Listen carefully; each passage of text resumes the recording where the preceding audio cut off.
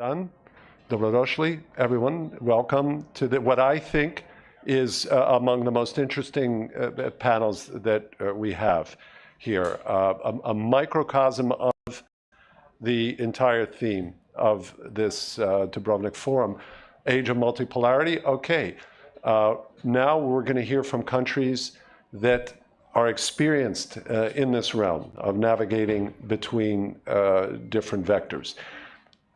I'll say a bit more later when we welcome our first panel, but without taking any time, I have the honor of introducing Ms. Maka Bochashvili, who is the Foreign Minister of Georgia, and she will give us a scene setter of keynote remarks. And so, Foreign Minister, please, you have the podium.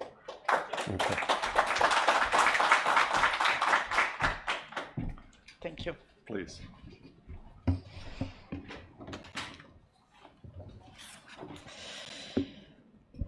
So, Excellencies, dear guests, ladies and gentlemen, it's a really great honor to be here in Dubrovnik and to address you at the Dubrovnik Forum.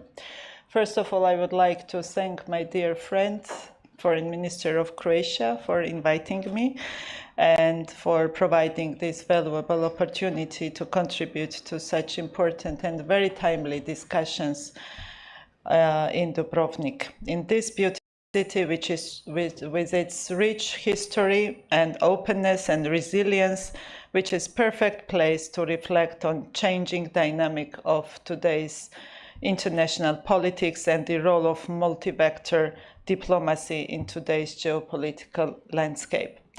We very often speak about changing world, global transformation, and the emergence of new centers of power as if we were merely observers. In reality, we all are participants in them. The decisions we make today shape not only the future of our own countries, but also international order that is formed before our eyes. That is why I believe that Georgia is one of the strongest examples of multi-vector diplomacy. What does it mean today? Our history, our geography, our security environment, our security interests requires us to strike the right balance every day between principles and pragmatism, between openness and security, and between national interests and international cooperation. Georgia truly stands at the crossroads. Around us, different powers, competing visions, interests, and strategic ambitions converge. Living in such an environment requires prudence, precision, and responsibility. Our geography has gifted us with many challenges throughout our history. But it also taught us how to face them without letting them stand in the way of opportunities. Today, as centers of power multiply and economic competition increasingly shapes international politics, the role of countries that connect rather than divide has become more important than ever. That is precisely the role Georgia plays today.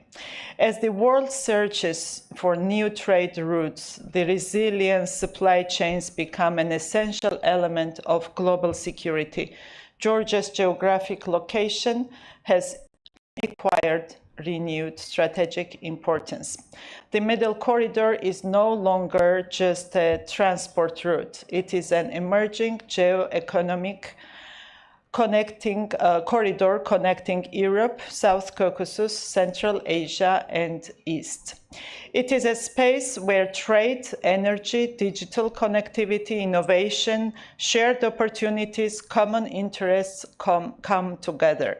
Georgia's ambition is not only to be part of this process because of its geography, but to be a reliable, predictable, and responsible partner. We should never forget that no economic project can succeed without peace and security. A country with 20% of its territory under Russian occupation advocates for peace more than most, not out of weakness, but because it knows the true value of peace better than anyone else. That is why ensuring stability remains one of the highest priority of Georgia's foreign and domestic policy. Peace is foundation of development. It is peace together with macroeconomic stability and consistent economic policies that has enabled Georgia to become one of the fastest growing economies in Europe and in wider region, around 9% annual economic growth in recent years. Strong economic growth, record tourism, expanding exports, and rising foreign investment and business-friendly environment demonstrate that peace and stability translate into economic success. We are investing in modern infrastructure, expanding our ports, road and rail infrastructure, developing energy and digital connections that strengthens not only our countries, but entire region's competitiveness. At the same time, our foreign policy is guided by a very simple principle, but very important one. For us, multi-vector diplomacy does not mean choosing partners. It means building more partnerships. We are deepening cooperation with Central Asia, strengthening ties across the Black Sea region, and expanding our economic engagement with Middle East and Asia. Georgia has free trade agreements with some of the world's largest markets, creating a unique opportunity for our country to serve as an economic, investment, and logistic platform connecting different regions and different economies. Georgia's multi-vector foreign policy has never meant and does not mean any ambiguity about our strategic choice. For us, Europe is far more than just political or economic union. It is community of values, and that is why integration into the European Union remains Georgia's very firm strategic choice. At the same time, we believe that stronger Europe is built through openness, connectivity, and broad network of trusted partners. At the same time, Georgia stands ready to contribute to that vision, and we are ready to do so. Brussels' attempt to respond to Georgia with a policy of ignorance and isolation towards a country that is vital for Europe's connectivity and that has been a reliable partner for many years is not only unfair, but also strategic mistake. Ladies and gentlemen, throughout history, moments of profound change have always tested the wisdom, courage, and vision of nations. The world does not move forward when challenges disappear. It moves forward once societies find ways how to overcome that challenges together. In such times, dialogue is not just a choice, it is a necessity. And cooperation is not simply an aspiration, it is the foundation upon which lasting peace, lasting stability, and progress are built. We believe that in today's world, success belongs to those who remain open, competitive, and reliable in this modern world. Thank you very much. This is my work.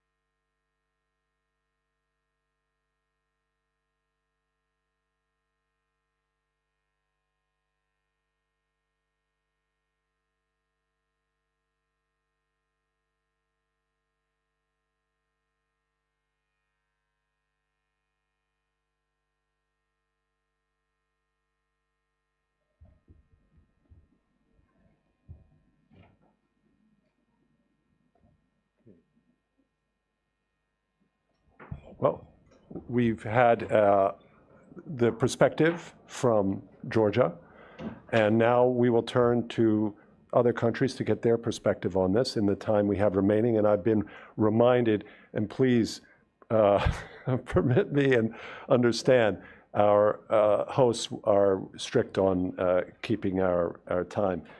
So we've had a perspective from Georgia, so let's turn to Armenia. And let's have the perspective.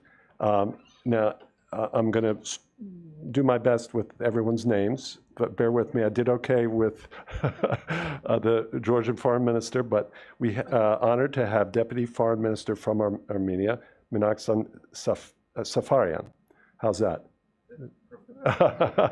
Safarian. And Deputy Foreign Minister, it's totally appropriate that you lead off, because we've seen in Armenia really some significant changes and moves. And you've had recent elections, and even before the elections, there have been quite significant developments in how Armenia is navigating its position. So I am very interested to hear your approach to this topic. Please, sir. Thank you, Edward. It's really an honor and pleasure to be here in Croatia, Dubrovnik, and participating in the forum and this panel. And I want to greet all of my colleagues here in the panel. I would like to echo. I would echo many things that Minister Bashorishvili has said about the standing of our countries, I would say, because South Caucasus, where we are situated, is a region where multipolarity manifests itself prominently. And that's why I would say not only Georgia, but we as neighbors, we have multi-vector foreign policy as well. And it is also reflected in our foreign policy of balanced and balancing relations with the outside world, as well as the flagship initiative of Armenian government, the Crossroads of Peace, which is essentially connecting north to south and east to west. So we try to have balanced relations with our partners in bilateral track, as well as balancing our relations, balancing the foreign policy in terms of, these poles reflecting themselves in the region. So this essentially is what is important at this moment. About the change that you have mentioned, yes, we found ourselves in security challenges in recent years. So we have transforming relations with Russia. We have our relations with the EU as a priority, and EU integration as a priority for my country. The Parliament of Armenia has adopted a law that tasks the government with EU membership, and we are expanding our relations with the European Union. Recently, in May, we had both Armenia-EU first summit in Yerevan, as well as the European Political Community summit, that were really a milestone for Armenia's engagement with the Europe, and our relations with the US have been developing on a fast track, and in that sense, the Armenia-US strategic cooperation I have to mention the strategic cooperation signed with the US, as well as the the Trump route for international peace and prosperity that Armenia and the United States established and signed. Recently, we have signed the agreement on this framework, which will be a part of this crossroad of peace that I mentioned. Apart from that, we have developing relations with the Asian region. Our defense cooperation is moving forward with India very prominently. We have trade developing with China. China is one of our top trade partners, and to the south as well, to the Middle East, Iran. So it is really a multipolar setting, and we are at somehow we are out of our comfort zone, but we are trying to manage all these developments together. Well, Deputy Foreign Minister, that's a great overview. I'm going to come back to you because there's some particular threads there that we can discuss. Because as you maneuver in the space, it's possible that new directions towards one have a positive and harmonious reaction. At the same time, reaction can be less enthusiastic by some others as you navigate the vector. And that's, again, why I think this is such an interesting discussion. Now, I'm going to use all of my training and experience from Johns Hopkins sites, where I'm an alumnus, and my travels overseas to welcome the State Secretary of the Ministry of Foreign Affairs of Mongolia, Munktushig. That's perfect. Lakanov. Tanajov, yes. Lakanajov. First part. Well, the first part. Perfect. That was perfect. Thanks. Right. Yeah. Thank you for your gracious understanding. And please, sir, you have the floor now. Well, thank you, Edward, and hello, everyone. And it's my pleasure to be attending the Dubrovnik Forum for the first time and be a panelist on this important session. And, you know, as we all know today, international relations are undergoing profound transformation. And before I go into the lessons that I hope to share with you, I'd like to give a brief thing on Mongolia. Yes. And its foreign policy, of course, so Please. that we can have a clearer picture. Yes. You know, Mongolia became a democratic country and with a market economy in the early 1990s.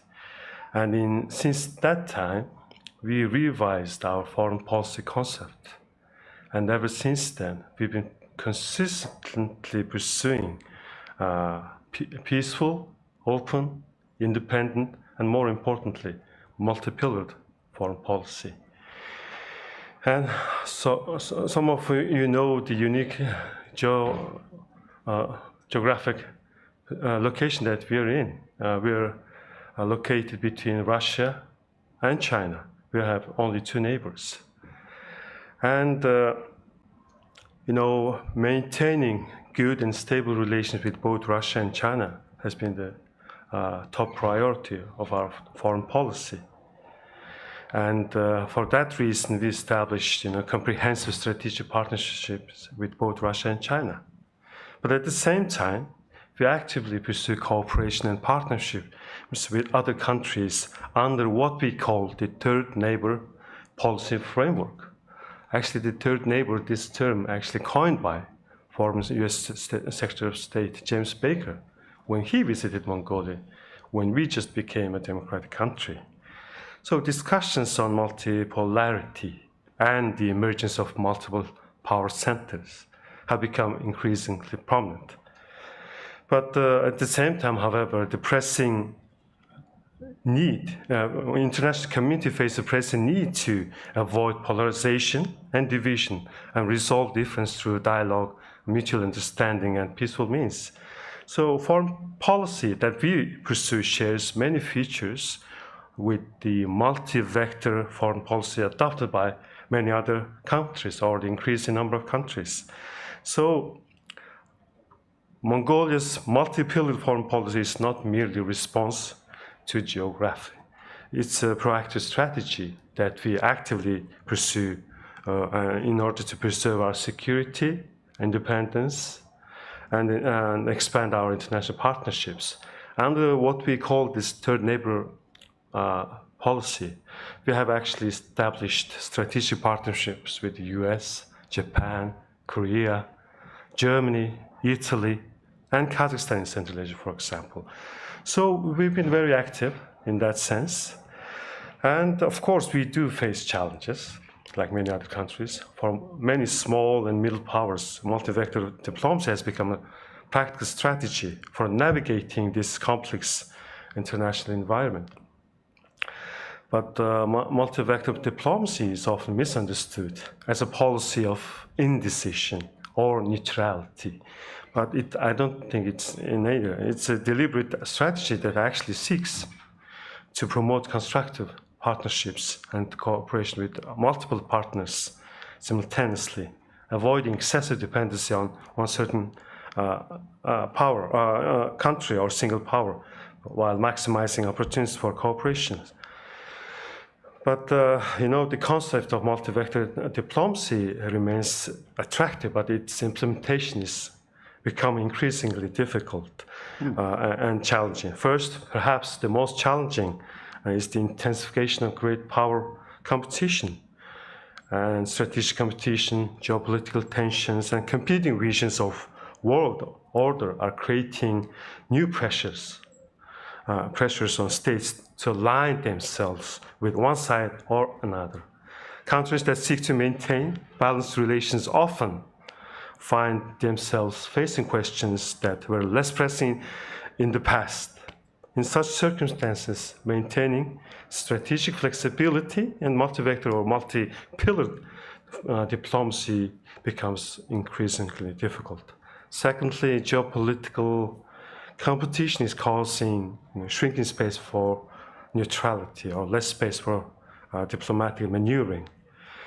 And the challenge becomes even greater during international crisis. Armed conflicts, regional disputes, and global emergencies often generate intense diplomatic pressure, especially on smaller states. States may be expected to publicly support one side or another, or condemn another, and in such moments, balancing principles, national interests, and international relations require exceptional diplomatic skill. And domestic factors also play an important role, because multi-vector diplomacy requires consistency, strategic patience, and broad political consensus domestically. So changes in government, because we've been experiencing political turmoil in the past few years. Yes. We have had 3 governments in the past 2 years. So the changes in government and political polarization or shifts in public opinion can complicate efforts to maintain a coherent foreign policy. So that's a problem. So, well, experience of countries like ours, Mongolia, demonstrates that balanced diplomacy can preserve our national security, independence, and of course strengthen resilience and expand international opportunities. But however, success requires credibility, consistency, economic diversification, and a clear understanding of national priorities and interests. So, countries positioned between power centers like ours, the objective is not to choose permanent sides, but rather it's to maintain the freedom to cooperate widely and engage constructively and make decisions based on our national interests rather than external pressures. Yeah. Thank you very much. Muktushik. Can we stay on first name basis? Yes. So, yes. All of Edward. us. But I was going to do that anyway, it's to keep it more informal. But please. Muktushik, thank you so much. And this, I think this was very well designed, Ivana, because we've heard from 2 of our representatives, and we're going to hear from Azerbaijan momentarily after you finish. But this is an interesting contrast, if you'll let me observe this, Ivana, and then I'll introduce you in your name. But we have, you see a fundamental difference here, and you were hosting this in Croatia, which is a member of NATO, member of the EU. We've heard that Armenia has a vision with the relationship with the EU that they're actively pursuing. And of course, this is not really a possibility for Mongolia. Geopolitically, or the European Union does not extend really that far. So your portfolio is very interesting, and now allow me to introduce Ivana Živković. And I'm reading here because I want to get your title right. She is at the Assistant Secretary General level, and she's the director of the UNDP Regional Bureau for Europe and the CIS. So, Ivana, in addition to your points, maybe you can address, how does your office look at such a diverse region that they're navigating, but also some of them have, in that complex array, some of them have proximity to the European Union and access that others do not. So please. Thank you. Thank you very much, and it is great to be here. I'm almost every year in Dubrovnik. So this Dubrovnik's history also reminds us of navigating complexity, and this is just very pertinent to this today's topic. On your question about the region I work in, Europe and Central Asia, it's quite diverse, and as you said, some of the countries have chosen to follow the path of EU accession. For United Nations Development Programme, we're present in 170 countries in the world. We work in 170 countries and have physical presence in 130. And for us, the choices of the governments are the work that we support them with the help of our donors. And in the EU accession process, the chapters and the different parts of the process are very much aligned with SDGs, the Sustainable Development Goals. So we're not doing something that is outside of our scope of work. Rather, we, as UNDP, work very hard on governance. We have done it for many years before. So respecting the choices that countries make, we have the country program documents that we negotiate, and based on that, we support the areas that are most needed. We also see, based on our presence in many countries, that multipolarity is lived as both choice and as a pressure, and how to diversify partnerships and to avoid over-dependence, keep the channels open and protect development gains is really what countries are very much involved with. And in this view, from our perspective, we think that multi-vector diplomacy creates space for countries to navigate this complexity, and while the development gives them the foundations to use that space effectively. So through our work, we feel that countries are provided with more real choices when institutions can deliver and economies can also create decent work. Services can continue under stress, as we see in the war situations and crises and natural disasters, when infrastructure holds and people trust the public institutions. Here, I want to bring to your attention that UNDP publishes the Human Development Report every year, and since 1990, and only after the pandemics we have seen that human development is on the decline, while the wealthier countries were able to rebound. More than half of the poor countries are having a difficulty in catching up. And we measured this progress by looking at the income, but also at the health opportunities and education opportunities.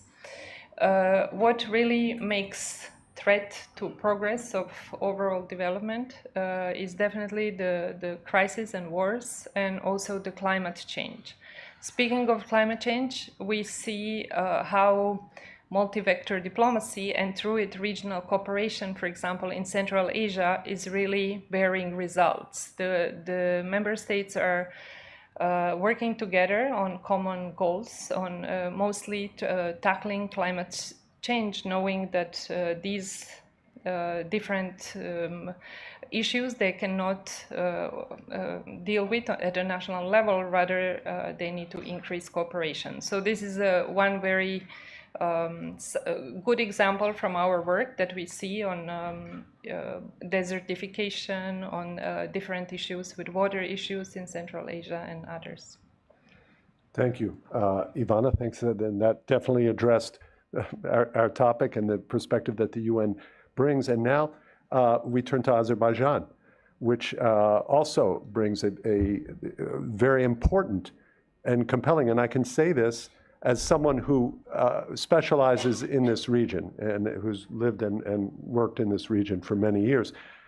I want just everyone to know that how important the energy dimension is in this region, and how every time it comes up, you hear this.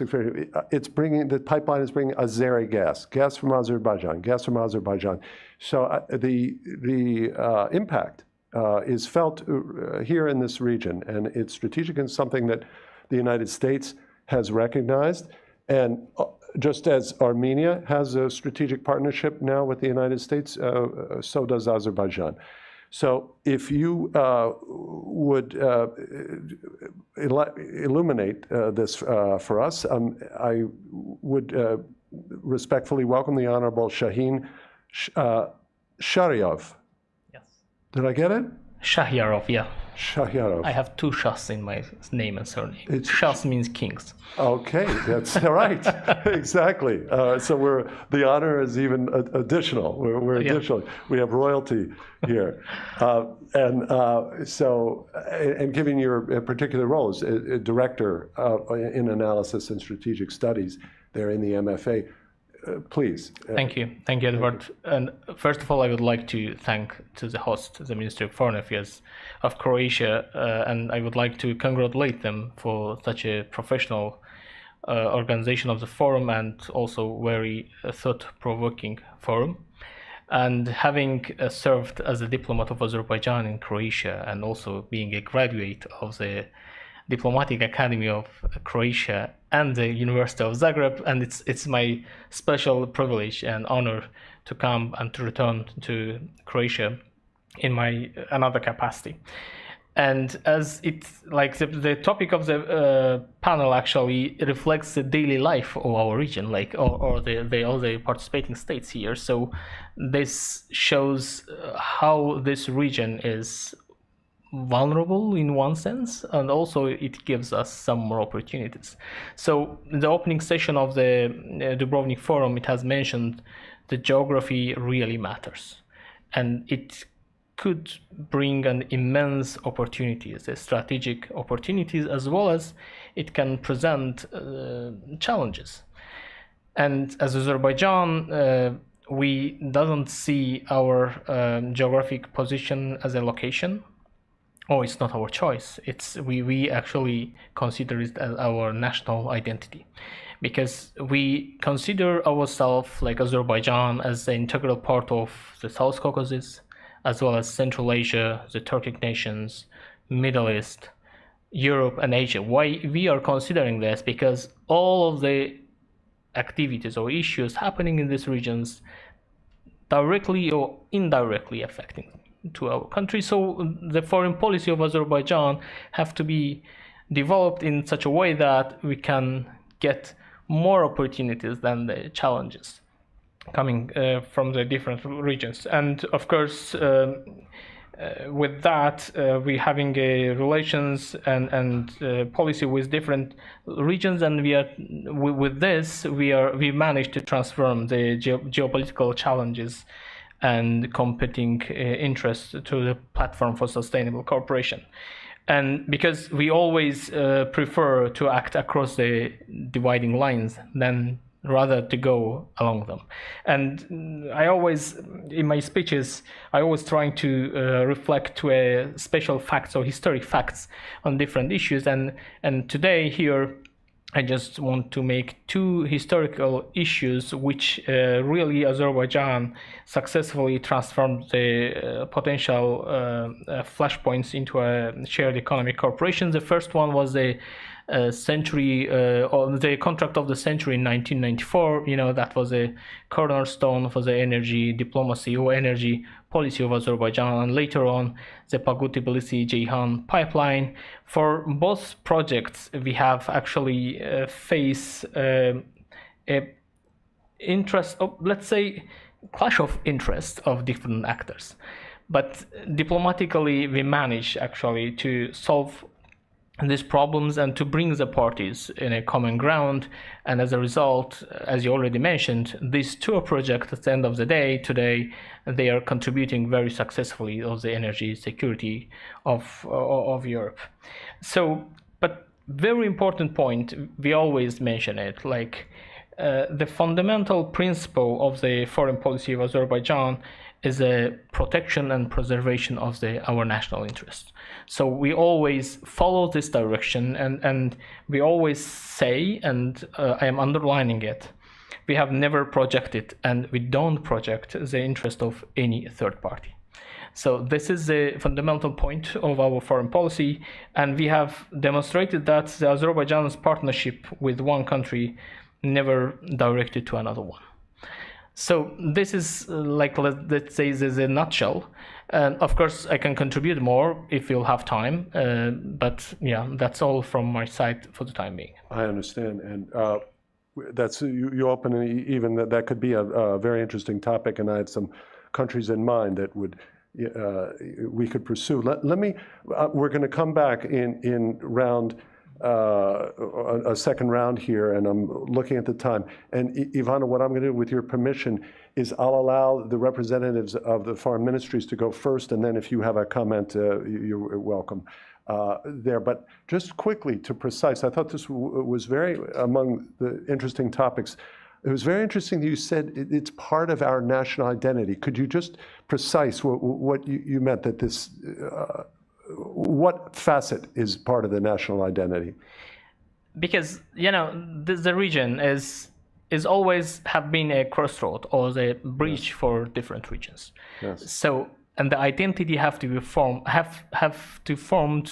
because of these factors. Yes. So we consider ourselves actually Azerbaijan is a Muslim majority country. Yes. But also we have really a diverse religions believers in Azerbaijan and diverse nationalities. But we also follow the direction to the Turkic countries. We are sharing that tradition, that culture also. Yes. And of course we are sharing the cultures or the tradition of Europe, yes, as well as the Middle East, so on. So it's a cuisine, culture, nationality, nations. So these all have a mixture in Azerbaijan. So this geopolitics formed our identity. That's a very important insight, fundamental. And now, if we can return to Armenia. So, and this will be a tip-off because I'll be asking you the same question. Okay, we cannot avoid in this multi-vector that as you turn towards, we mentioned the EU, but also the United States, a strategic partnership with the United States. This is not something that's warmly appreciated in the Kremlin. So can you, and again, and we will have the same, for Azerbaijan to understand. Obviously, you have your own relationships with Russia and each of these countries, but the same question arises. So how do you manage that? Armenia, and obviously, you can share, please, anything about it's been a tumultuous period, and obviously with relations with and conflict with Azerbaijan, and really dramatic in some ways, and also heartrending. So, how are you managing it? And now, in some cases, let me just say that it could have produced a different reaction. It didn't necessarily have to go in there. It could have been a retrenchment there. But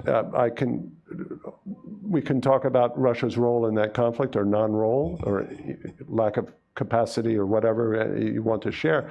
But that's really I think the most intriguing question is how do you manage this pivot there and growing relationship in particular with the United States, also the European Union, and then managing with Moscow? Well, I have to mention first that our most important relations are with our neighbors, not the Poles. Yes. So the one positive dynamic that we had in recent years is our peace with Azerbaijan, peace on the ground. Yes. We have initialed the agreement in Washington, the agreement on peace. And this has brought already immediately some economic developments. Azerbaijan has opened transit for Armenia. And we have also expressed our readiness to open transit through our territory for Azerbaijan. And we are also negotiating with Turkey, and there are some positive development with Turkey in that sense as well. So the most important dimension of our foreign policy at this point is peace with our neighbors. And in that sense, our bilateral engagement with our neighbors have been more effective and have brought more, positive dynamic than, trying to go for mediation or multilateral frameworks. And this has been the development of the recent years. For sure, I mean, the Washington Declaration, as well as the initialing of peace agreement with Azerbaijan happened in Washington, and President Trump witnessed it. Yes, but essentially, it was a bilateral endeavor, and same, goes for the delimitation process, etc. So that has been our experience for these several years. But what concerns the relations with the Poles and how they they come into it, I mean, there is no certainty, and I cannot really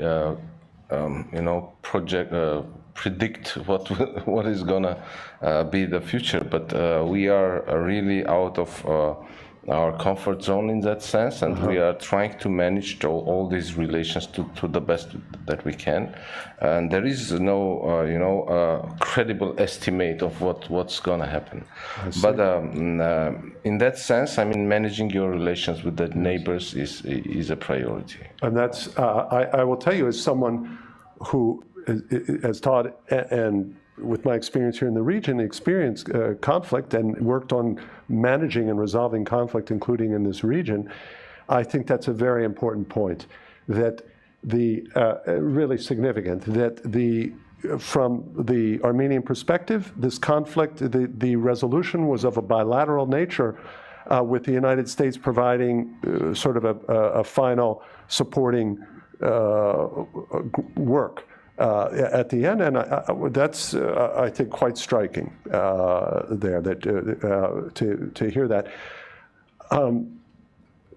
I don't want to press, but you let's just say you have the opportunity here. I don't want to take this opportunity away. If you want to say anything about the relationship with Russia or your perception of that, but you don't have to do that. That's. Yes.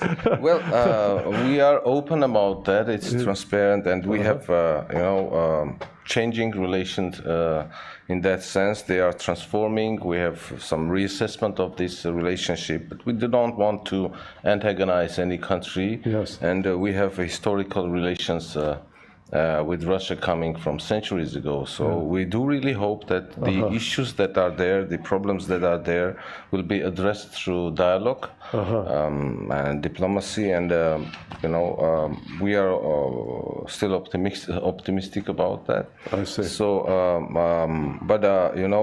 in this changing world, yes, we are diversifying our economic defense relations. through all directions. Yes. Certainly we have priorities. Yes. But then again, I mean, you see our defense cooperation with India is now Yes. larger than with any other country. So Wow. that is the situation. Yeah. Well, that's, again, this is quite striking here to hear that, because, you know, there are countries, let's be open, in Russia's orbit, that Russia does not permit to diversify their thing, and one of them is Ukraine. And we should remember 2014, the trigger for the conflict was not relationship with NATO. It was not NATO expansion, it was not relationship with NATO, it was relationship with the European Union, and in 2014, and that this triggered the original Crimea. So I am quite interested to hear how you navigate this relationship with a neighbor that is not usually tolerant of too much in the way of diversification. And again, we'll hear from Azerbaijan in a moment. But if I can let's come back to Mongolia. So again, you're in a different position, and your relationship with both Russia and China is different. You have a high energy dependence on Russia. You know, China also has an energy relationship there with China. But my question here, let me zero in on this, because your two country neighbors here have both signed strategic partnerships with the United States. What would it take from the United States? What steps to advance a true third neighbor policy? What is it from Washington in Ulaanbaatar would be welcome and interesting and would take you on a path while you have to negotiate, you know, your relationship with Beijing and Moscow? That's, no one's going to deny that. But what would be appetizing and welcome from the United States or the European Union in that respect? Mm-hmm. Well, you know, before I answer your question, you know, the geographical location or situation that we're in, geography remains a permanent reality. Yes, yes, of course. This political reality actually dictates the policy that we pursue, of course. Yes. And ever since we became a democratic country, early 1990s, we've been consistently pursuing our foreign policy, which I mentioned earlier, that to maintain both good and stable relations with Russia and China, which we've been doing. At the same time, like I mentioned, what we call the third neighbor policy, you know, I think we've been quite successful in achieving the goals of our third neighbor policy. And the US is playing an important role in that, of course. And, you know, Mongolia and the United States is going to celebrate 40th anniversary of diplomatic relations next year. Just now, this year, we're having this incredible, you know, this project, tangible project, which will pave the way for the capital city for the next 30, 40 years of, you know, water recycling plant, water project, for example. It's a symbol of our bilateral relations. But, you know, with the United States, we have a lot of cooperation. And it's not that we have established a strategic partnership just now, after Trump's administration. No, we established a strategic partnership long ago. Before that, and you just mentioned also the EU. You know, we also have an excellent cooperation with the EU. In fact, I'm traveling to Brussels tomorrow for our joint committee meeting, the 24th joint committee meeting tomorrow. And earlier you mentioned about NATO and the OSCE. Actually, we became member of OSCE in 2012, and we are a global partner of NATO. But not many people recognize that. Yes. But to answer your question, you know, our two neighbors, we enjoy excellent cooperation. And they respect our foreign policy. But of course, they say, you only have 2 physical neighbors. Yes, we do. Yes. We recognize that. Yes, sure. And, you mentioned about dependency. Also, I mentioned in my statement earlier that we are almost 99% dependent of course. on Russia's petroleum products. This is a fact. And in terms of trade, China is our largest trading partner. Yes. And the total trade of almost 93% of our total trade is being conducted with China. Yes. But at the same time, under the third neighbor policy, we've tried to attract investment from third neighbors. Yes. And just over 16, 17 years ago, we successfully managed to sign a strategic partnership with the Rio Tinto group of Anglo-Australian, giant mining company, right? Also present in this region. Yes, and also 2 years ago, just a year and a half ago, we also signed with the French government and run a mining company to extract uranium in Mongolia. Yes. And they also agreed with China. The French government and the Chinese government has agreed to work with Mongolia. So that's what we've been doing. So I think it's quite an achievement. Yes. I understand. As I go back to Washington, and if I encounter officials who work on this, again, they might want to imagine other ways to advance investment and cultivate the third neighbor. That's to the extent possible. But let's again return to Azerbaijan. So I'm going to pose the same question as Armenia, as I posed here on Armenia's behalf. What about navigating the relationship with Russia? How do you do that? Obviously, you have an energy power that makes you in some ways a competitor. And again, I mentioned this region. I mentioned Rio Tinto. Rio Tinto is in Serbia on lithium. Russia has an energy relationship with Serbia, and the United States is actively working. One of its most active and significant policy approaches in the region is in sanctioning the Serbian National Oil Company to get the Russians out, because Gazprom Neft is the owner. And I will tell you, in Washington, the Trump administration, they're very serious about this, about getting the Russians out. And out in favor of whom? It would be Azeri gas that would be a primary substitute for Russian gas. And so not just there, in this region, but otherwise, moves towards the West are not appreciated in the Kremlin. And so from the Azeri perspective, how do you manage that? Thank you, Edward. So first of all, actually, I hope that's a fair question. Sorry? I hope this is a fair question. It is, yeah. That's a geography. Yes, yes. And you cannot avoid that, also that question. The important thing is, we do have a partnership with different, as I already mentioned, part of the world, with US, with European Union, China, Central Asia, Turkic nation, so on and so forth, as well as Russia. Russia is a neighbor country of Azerbaijan, and we have stable and pragmatic relation with Russia. And what we have actually demonstrated throughout this years, that the strategic partnerships do not have to be mutually exclusive.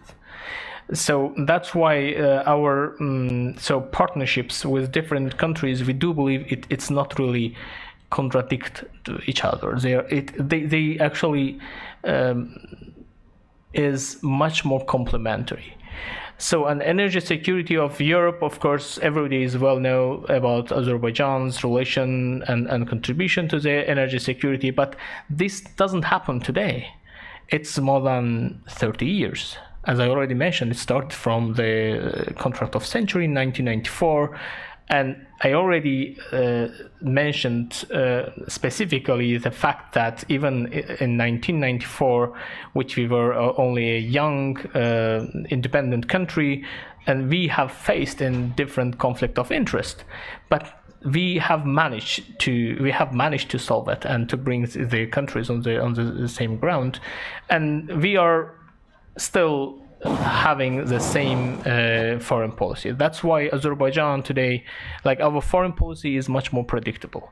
Like, I do believe everybody knows how open and how predictable is our foreign policy. That's why we are enjoying this strong reputation, let's say, in the world.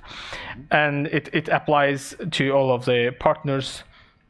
And also, like, that's important to mention that we have been very active nowadays in different international forums, platforms, organizations. And our main goal is promoting consensus and promoting the cooperation between different partners. And of course, now we do have a stable South Caucasus. I would like to also echo what have been mentioned by distinguished Deputy Minister of Armenia, that the relation between Azerbaijan and Armenia is developing on the peaceful manner. Like, the transit issues are there on the agenda. We are exporting the nationally produced petroleum materials to Armenia. Of course, the transit open for Armenia. So this shows that, like, the South Caucasus is moving much more prosperous and peaceful environment, and we are following, both of us, on that direction, and it shows that the political will are there. So we have already established the mechanisms how to cooperate, and let's hope very soon we will have the results which we are waiting for. So I do believe I managed to answer your question. You did. I appreciate that. And I'll tell you what I especially appreciate here, Ivana, maybe you as well, is, and I'm going to mention that I'm a speaker later on the Balkans panel, and I'm going to mention how striking it is to hear I will use this term, goodwill, I hear from Armenia and Azerbaijan, and that expression of goodwill, and that they're in a relatively short time frame. You have a shared perspective, if I can call it that. Obviously, not all issues are resolved, and I know that there, including some of the transportation issues and so forth. But I think it's quite striking there, and we have here in a region, that's 30 years on. Some of these disputes have not advanced. In fact, in some cases, they've regressed. So I find this really, and I salute the organizers here to organize this panel and bring both of you there. Let me quickly follow up and ask, and same question to Armenia. I'm going to pose this. We'll just begin here because we're at Azerbaijan. Are you satisfied with the role the U.S. plays? And I'm focusing on the U.S. not because I'm American, but because there's this, the trip, so forth, and the role that you both mentioned. Is the U.S. actively supporting this and bringing in, not just diplomatically, but where there's investment? What do you say? Actually, as already has been mentioned, like the initial peace agreement have been initialed with the witness of yes. Donald Trump in US. That was, of course, an important step forward. But we have mentioned always, like, Azerbaijan and Armenia bilaterally are improving their relations and bilaterally solving the open issues. So that's an important point. So it has passed only 2 years from the last clashes between two countries, but we have managed to improve and achieve a lot of results. Yes. So about the border demilitarization, about the civil society contacts, and so on and so forth, including the transit and so on. But of course, it's very important to have, as already distinguished Deputy Minister mentioned, about having the functional of the trip, because it will help also to have a road of the Middle Corridor, which will connect Azerbaijan to Azerbaijan as well as Armenia to the Europe. So it's very important to have this project have been implemented, and I do believe, as has been mentioned, the US is playing an important role in this matter. Okay, very good. Same question, please, Mr. Sari. I share many things that my distinguished colleague from Azerbaijan has said, and in this sense, yes, I believe that the trip. That the Trump route for international peace and prosperity was a crucial, development that built trust in the sense of connectivity, to open the connectivity in the region, which was essential. In that sense, U.S. played an important role in that. So yes, there is a positive role played by the U.S., but again, the most important aspect is the bilateral dialogue and bilateral negotiations that we have with Azerbaijan. And again, I think a quite striking point to emphasize that Armenia and Azerbaijan are taking the real lead in this and are the core factors in that. I think that that's also quite striking. Unless there's urgent burning remark from Mongolia, if you will allow me, I don't want to deny that, but Ivana, if you want to share any concluding observations, or you don't have to, but I want to give you that opportunity. Okay, I just maybe want to add that within this, and from our perspective, connectivity and also the trade routes, Middle Corridor, it's extremely important. But not only the infrastructure itself, but rather the soft component of it. So not only the facilitation of customs, the roads, the border crossings, which we are all engaged in, but also the communities, because without this soft component, these trade routes and the people will not remain connected. And for us, as the organization that deals with human development at the center, that is the key.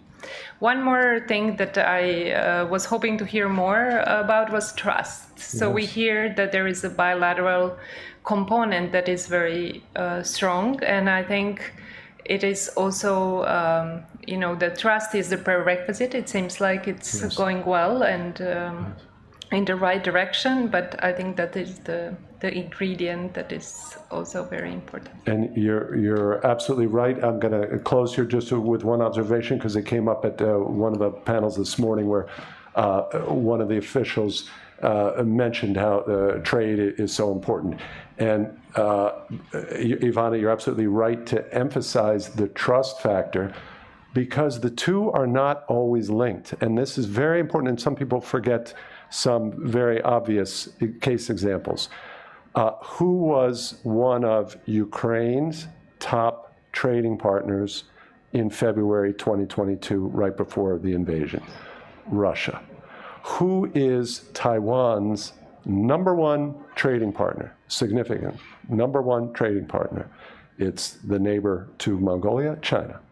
So we have high trade up to 2022 between Russia and Ukraine, very low trust, and we have continuing very high trade between Taiwan and China, very low trust. So it's just a reminder, the complexities of the geopolitical environment. These dynamics are encouraging. Balkans has its own different dynamics, but I tell you, I stand enlightened and also encouraged by this conversation, and I ask the audience to join me in a round of applause. Thank you very much. Thank you.